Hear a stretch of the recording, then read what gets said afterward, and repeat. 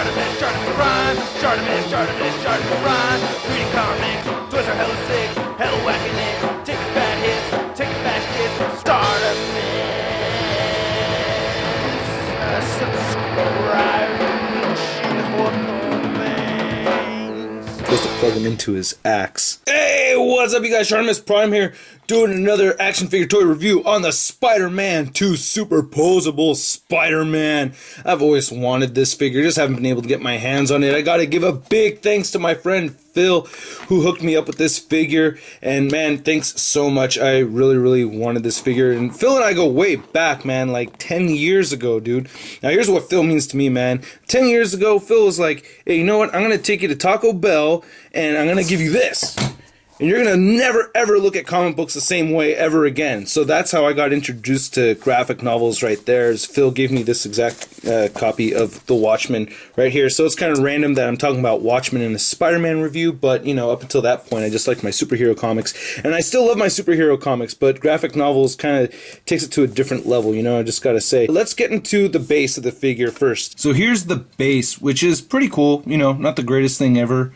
I like how the sign, you know, says the Daily Bugle, and you got the actual, you know, the newspaper front page right there from the movie. There's just some dry brushing going on right there on the metal parts. It's cool. You got these lights going right on the top like that. And you got this piece right here, some paint detailing right there.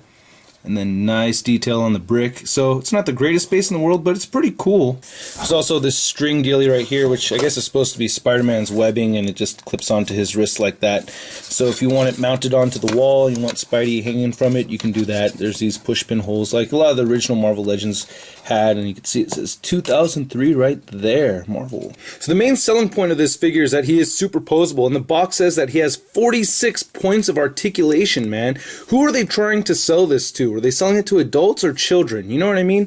So let's go over that. His head moves all the way back like that. Very cool. Moves down very far as well. And it moves side to side. Great range of motion. He also has a neck joint, which can kind of make the figure look funny from certain angles, and the neck joint moves side to side, and it doesn't really rock back and forth too much.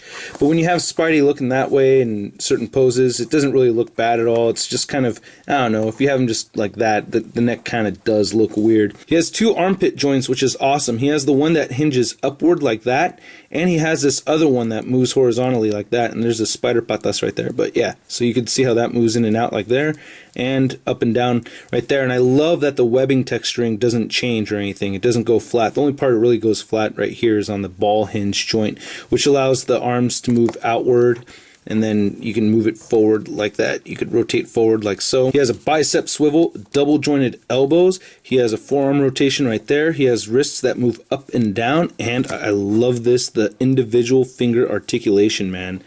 So cool. I find that to be very necessary on a Spider-Man figure, because you want him to be able to punch, you want him to thwip, you want him to wall crawl. You know, I just absolutely love that.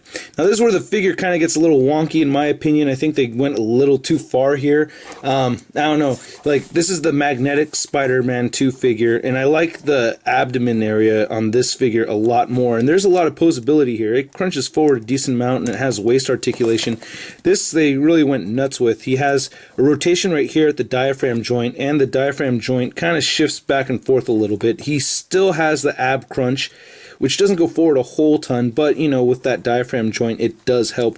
But it does look kind of funky, man. It's like he's preggers right here, you know what I mean? He has a waist joint right here, moves side to side, and I like how they sculpted this waist joint so it dips down a little bit and it cuts into the belt. He has hip articulation that moves forward, moves outward right there, so it's on the T joint. He has upper thigh swivel. He has double jointed knees. He's got a calf rotation right there. He's got ankles that move up and down. He's got toe joint, and no ankle pivot. No ankle pivot, man. It's like, I want to say there's some ankle pivot in there, but nah, there's no ankle pivot. So out of the 46 point, I mean, it wiggles just kind of a little bit, like it wants to pivot. You can see how it's getting that little wiggle in there, but no, it's not doing it. So I'm bummed out with, you know, all 46 points of articulation. I did not get my ankle pivot, but I still really like this figure a lot, and I do deem it nightstand worthy. You know what I mean? Like when you have a figure that's so awesome that you keep posing it and everything up until you fall asleep. Good night, Spidey.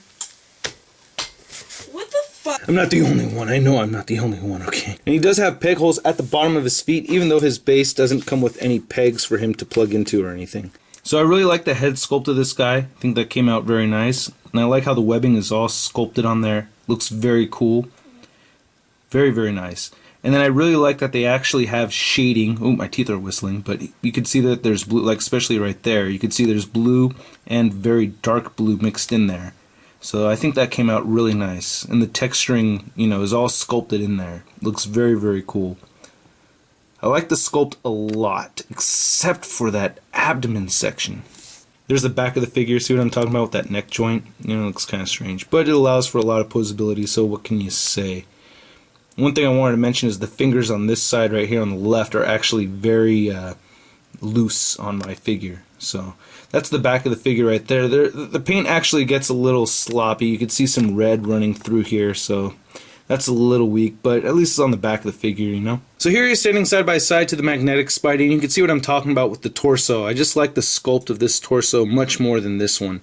This breaks it up just a little too much, you know? Even from far away, you can see how this sticks out. It just looks weird. I don't like that. He stands just a little over 6 inches tall. So here's the superposable Spider-Man next to the Amazing Spider-Man figure and the McFarlane Spider-Man figure. So yeah, I think this guy just knocks this one out of the park, you know what I mean? And of course, this guy right here, he's tops. So I don't know how much this guy goes for online right now, but if you get a chance to pick him up, I say go for it. I really like this figure a lot. I have a lot of fun posing him. I mean, you can get his arms like really high up there, man. It's just really, really cool. You can do a lot of cool things with this figure. So thanks again, Phil. Thank you so much, man. Tomorrow, Sunday, January 20th, Sean Long and I will be hosting Toy Talk Live. So click the link in the description for that. I hope to see you guys there. We'll be doing that every Sunday. Yeah, so again, hope you guys like my review, and we'll catch you later. Peace.